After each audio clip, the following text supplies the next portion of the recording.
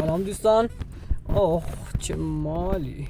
امروز اومدم با این بازی قشنگ ببینیم چی به چیه جریانش. فکر کنم نونه اینا که نون نیست، شبیه به خایی است. تحویل بدیم بهش. نه چه بازی بالیه خانم دکتر. باید کجا برم الان من؟ خب برو وای فهمیدم چی شد. خب میریم مرحله با چه دافیه جون. اوه مای گاد چی؟ چه بال باز میشه، خیلی خوب باز میشه. دمش گرم. آف جان عجب ورزشکار بود.